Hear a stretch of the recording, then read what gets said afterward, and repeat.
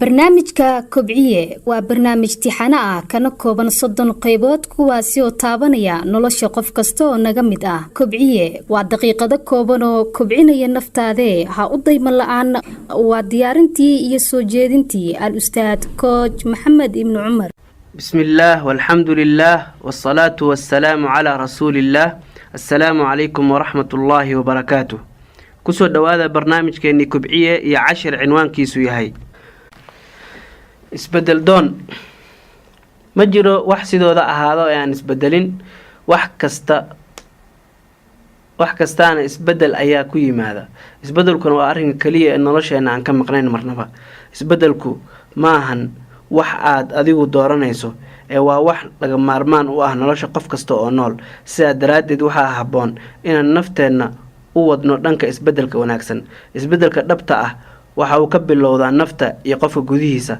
Allah oo arrinka tilmaamaya wuxuu yiri: inna Allaha la yughayyiru ma biqawmin hatta yughayyiru ma bi anfusihim. oo macnaheedu yahay Ilaahay ma dooriyo qolo waxa ay ku sugan tahay ilaa ay ka dooriyaan waxa ay naftooda ku sugan tahay. waa maxay isbedel? isbedelku waa in laga guuro xaalad xun oo la rabin loona guuro wax wanaagsan oo la higsanayay. marka qofku isbedel sameynayo waxa uu socdaa wanaag iyo horumarka xaqiisa. waana isbedel qofku hore ugu talagalay una qorsheeyay asaga oo raba inuu noloshiisa wax ka bedelo. isbedelka dhabta ahi waa midka ka bilowda gudaha qofka oo bedela waxyaabaha uu ku qanacsan yahay, taasoo keeni karta inay isbedelaan dhaqamadiisu. tusaale ahaan, qofka aaminsan kuna qanacsan haddaan la seexan maalinkii 8 saacadood iyo wax ka badan, caafimaad darro ayaa ka dhalanaysa. waxaa adag inaad ka dhaadhiciso inuu waqtiga badan ee uu hurdada gelinayo ka faa'iideysto oo ay 6 saacadood iyo ka yarba ku filan tahay maalinkii inuu ka seexdo. in qofku bedelo waxyaabaha qaldan ee uu ku qanacsan yahay naftiisana ka dhaadhiciyo waa arrin aan sahlanayn, una baahan doonis xoogan, niyad saafi ah iyo go'aan adag. isbedelka ayaa dad badani ka cararaan oo diidaan. sababtuna waxay tahay qaarkood ayaaba iska jecel inay meeshooda taagnaadaan weligood oo aanay horumar samaynin. qaar kale badanna waxa ay ka cabsanayaan waxa ka dhalan kara isbedelka oo ah caadooyin fara badan oo noloshiisa la qabsatay oo uu ka baqayo ka tegidooda. qaarna waxayba ka macaashaan isbedel la'aanta oo waxay haystaan fursad iyo maamul xumi. waxa uuna u diidayaa isbedelka si uusan u waayin wixii uu qasi jiray iyo musuqmaasuqii uu wadi jiray. dhageysto, si kastoo loo diido isbedelka, haddana waxaad ogaataa inuu yahay mid laga maarmaan ah oo noolo kasta u baahan yahay, kuna imaan doona diid ama yeel marka ama ahow qof isu diyaariyay oo doortay isbedelka dhanka wanaagsan ah, ama adoon qorsheynin ayuu ku imaan doonaa. dhinacuu doono ayuuna kuu kaxayn doonaa. isbedel doon noqo oo u dhaqaaq dhanka isbedelka mar kasta oo aad aragto wax ka wanaagsan wixii aad ku sugnayd. hana dhihin sideedaan ahaanaya oo ii fiican ee baro oo kororso waxaas wanaagsan ee noloshaada u baahan tahay. isbedel kasta oo wanaagsan oo ku yimaada bulsho meel degani wuxuu ka bilowdaa isbedelka ku yimaada xubnaheeda. oo marka dadku isbedelaan si wanaagsanna ay isu bedelaan oo fiicnaadaan, ayaa waxaa noo soo baxaysa bulsho wada wanaagsan.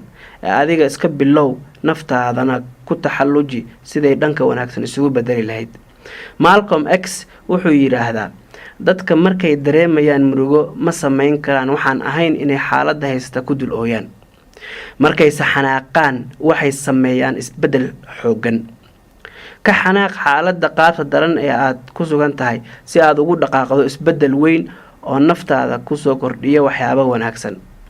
qofku haddii uu xooga saaro sidii u bedeli lahaa waxyaabaha uu ku qanacsan yahay ee uu asagu iska dhaadhiciyay iyo xirfadaha nolosha iyo xiriiradiisa iyo waxa uu daneeyo oo waqtiga badan geliyo iyo ugu dambeyn dadka uu ku daydo ee horyaalada u ah dhinacyadaas oo dhan, hadduu qofka xooga saaro siduu u bedeli lahaa, waxaa dhici karta inuu isbedel wanaagsan oo noloshiisa wax ku soo kordhiyo sameeyo. baahida isbedel ee noloshaadu u baahan tahay waa mid ballaaran. su-aashuse waxay tahay sidee dhinaca wanaagsan loogu bedeli karaa nafta islamarkaana loogu guulaysan karaa hirgelidda isbedelkaas. waxaana sheegi doonaa tallaabooyin uu qofku ku gaari karo isbedel wanaagsan oo waara insha allah. dhagaysto, waxaa jira qawaaniin nidaamiya oo haga isbedelka aan doonayno inaan ku tallaabsano oo aan rabno inaad ogaatid intaynan u tallaabin tallaabooyinka isbedelka keena. qaanuunka wadaaya wuxuu leeyahay suuragal ma ahan in lagu xalliyo mushkilad isbedelna lagu helo isla caqligii keenay mushkiladda. macnaheedu yahay suuragal maahan inuu isbedel yimaado inta weli aanay isbedelin caqligii keenay mushkiladda iyo dhibka taagan, oo aanad si ka duwan sidii hore ee aada wax u arki jirtay iska bedelin. markaas ayaad gaari kartaa isbedel ama xalka mushkiladii ku haysatay. qaanuunka labaad ayaa isna yidhaahda isbedel kuma yimaado inaad samayso isla wixii aad samaynaysay una samayso isla sidii aad u samayn jirtay. sidaasina waxaa loo yaqaanaa dabaalnimo, sida qof dhahaya hal lagu daray hal wuxuu la egyahay 2, oo haddana aaladda wax xisaabisa ku celinaya isla sidii oo kale hal lagu daray hal wuxuu la egyahay 2, lana yaaban alla 2 ii soo baxday sida inay wax kale soo bixi lahaayeen. ogow, haddaad samayso wixii aad hore u samayn jirtay una samayso isla sidii aad u samayn jirtay waxa isbedel ah kuma tallaabsanaysid. qisaan idiin sheegayaa. nin ayaa saaxiibadii waxay ku murmeen in aan risqiga iyo biilka la heli karin haddaanan la dhaqaaqin oon la doonin. oo saaxiibadii waxay yidhaahdeen adoo meel iska fadhiyaa helaysaa ilaaha ku arsuqaya. asaguna wuxuu yidhi ilaahay wuu ku arsuqayaa laakiin dadaal iyo dhaqaaqay u baahan tahay iyo doonid. markaasaa waxay yidhahdeen ma jirto. maalinka dambe uu yidhi waan tijaabinaynaa. markaasaa uu baxay masaajidkii ayuu tagay. meel qaybta u dambaysa masaajidka ayuu wuxuu ku xirtay go' isagoo raba inuu meeshaas galo markuu salaada tukadaba oo aanan wax raashina raadsanin.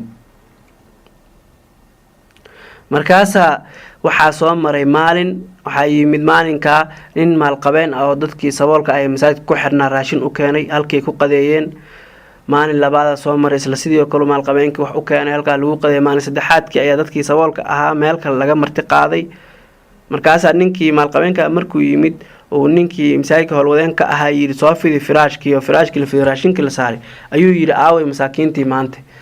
markaasuu ku yidhi ninkii masaajidka howlwadeen ka ahaa maanta meel kale laga casuumay, ayaguna maanay filin inaad maalin kasta u keento cunno oo raashinka aad u keenayso maanay kaa filanayn. markaasaa saaxiibkeena maqlaya qisada dhex maraysa maalqabeenkii iyo ninkii howlwadeenka masaajidka ka ahaa oo dirintiisa gadaasheedna ku jiray iyo meeshuu awtay gadaasheeda ku jira shanqar yar sameeyo buu yidhi. markaasaa ninkii maalqabeenka ahaa maqlay uu yidhi ma halkan lagu jira? haa. wuu soo aaday dhankeedu ninkii usoo galay. markaasuu arkay kiiyo wejigiisii isbedelay baahi daraadeed. wuxuu ku yidhi miyaad baahan tahay? haa.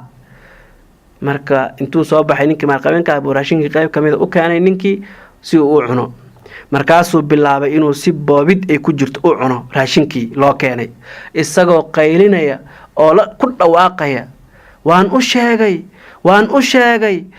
sheegay ku haya. ninkii maalqabeenka ayaa yaabay oo yidhi maxaad u sheegtay? markaasuu yidhi waan u sheegay in risqigu u baahan yahay in loo dhaqaaqo, sababna lala yimaado habaa yaraato oo hana noqoto mid yar sida inaad tiraahdo oo kale. marka dadka qaar ayaad moodaa inay rabaan ayagoo iska fadhiya inuu u yimaado isbedel wanaagsan oo ay horumar gaaraan. haddaan u gudubno tallaabooyinka aan ku gaari karno isbedel waara, waxaan leenahay marka ugu horeysa waxaa laga maarmaan ah inaan gudaheena wax ka bedelno iyo waxa aan aaminsannahay oo ku qanacsannahay, taasoo keeni karta naguna caawin karta inaan si sahlan u dhaqangelino tallaabooyinka isbedel doonnimadu. qodobka koowaad ee wax ka bedeli kara waxaad ku qanacsantahay waa inaad istiraahdo naftaadana u sheegto kuna qanciso inay waajib tahay inaad isbedelna yimaado oo waxa aad rabto inaad iska bedesho ayadoo ku cad yihiin. qodobka labaad ayaa isna ah inaad ku qanciso naftaada hoosna iska tiraahdo aniga ayaa hadda ku dhaqaaqay isbedelka, oo aanad sugin maaragtay wax banaanka kaaga yimaada iyo aada sugin bari ama saa dambe ama bisha soo socota ama duruufaha intay ka hagaagayaan iyo waxyaabaha badan dadku isku qanciyaan. qodobka saddexaad ayaa isna ah inaad iska dhaadhiciso naftaadana u sheegto in isbedelka aad awoodo ood awoodi karto samayn karto adiga isla haddana aad ku dhaqaaqi karto oo kuu sahlan yahay markaad sidaas u wanaajiso wixii aad gudaha kaga qanacsanayd ee ku aadana isbedelka ayaa waxaa si sahlan ugu tallaabsan kartaa isbedelka adigoo u maraya tallaabooyinka soo socda. tallaabada koowaad waa inaad heshaa wax kugu riixaya oo kugu dhiirigelinaya isbedelka oo ah xanuun uu kugu hayo ama ay kugu hayso caadada hadda aad ku sugan tahay ama dhaqanka xuneed leedahay ama wax aad rabto inaad iska bedesho ama raaxo aad dareemayso maalinka aad isbedelka hesho markaa waa inaad heli karto wax kugu dhiirigeliyo kugu riixaya. tallaabada labaad ayaa iyadana ah inaad iska baabi'iso ood masaxdo muuqaal maskaxeedkii hore ee wanaagsanaa aad ka samaysay caadadii hore sida inaad dareemi jirtay raaxo marka aad samaynayso waxaas ama aad isu moodi jirtay inaad tahay qofka dadka ugu fiican marka aad dhaqankaas samaynayso ee xun. bedel muuqaal maskaxeedkaas kuna bedel mid wanaagsan oo ah markaan isbedelo ayaa ka fiican qaabkaan noqonayo marka sidaa isu bedelo ayaan maaragtay dareemayaa si wanaagsan. tallaabada saddexaad ayaa iyadana ah inaad samaysato oo aad isbarto dhaqan wanaagsan oo bedelaya caadadii xumeed ee aad hore u lahayd. saddexdan tallaabo iyo saddexdii qaab u fakar ee wanaagsanaa ee wax ka bedelaya qaabka aad ku qanacsan tahay ama waxaad ka aaminsan tahay isbedelka ayaa waxay kugu caawin karaan inaad ku tallaabsato isbedel wanaagsan oo waara.